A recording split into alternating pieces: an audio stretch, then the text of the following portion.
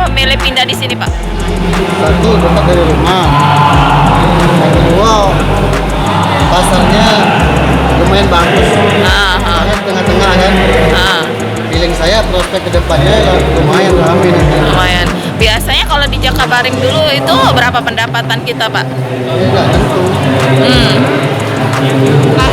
Bayar Kita Sehari. Oke.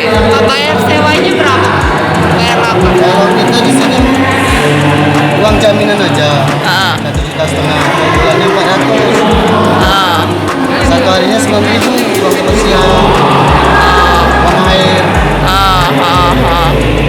Kenapa kalau kita total harus mengeluarkan biaya, Kak? Kita balik.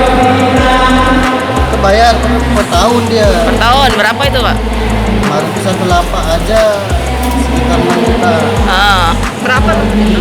Jadi kalau kita hitung-hitung memang hemat lebih di sini. Hemat di sini. Namanya bantu pemerintah. Iya. Hemat. Oke. Kak, kita jual ikan apa, Kak? Udang, kakak, tongkol, lembu, buncis. Ada beda dah sih, Kak, peraturan jualan di sini dengan di Jakabaring? Itu sangat jauh beda. Apa bedanya? Satu, pedagangnya rokok nggak boleh di sini. Bersih harus dijaga. Gitu. Kita merasa enak di sini. Aman juga kan, kalau ikan kita tinggal boleh. Ini seperti apa kita bisa buka lapak di sini? Apa masih ada? Apa juga masih kosong? Apa harapannya kayak mana sih? Harapannya ke depan supaya ramai pasar ini. Pengelolanya harus ditegaskan, pedagang ini yang sudah ngambil meja ini kan harus suruh jualan. Jadi ramai. Sebagian aja yang jualan, orang juga mau masuk kan. Yang jualan masih sepi sedikit.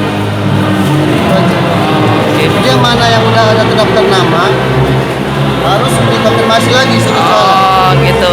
Ini kita sudah berjualan sejak hari apa? Rabu kemarin ada sudah banyak belum pengunjung, Pak? Kemarin Rabu pedagangnya masih 4 ada 5 orang.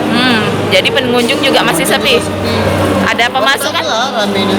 Ada pemasukan enggak selama dari hari Rabu? Ada, tapi lumayan tadi. Jangan lupa subscribe, share, komen, dan like ya.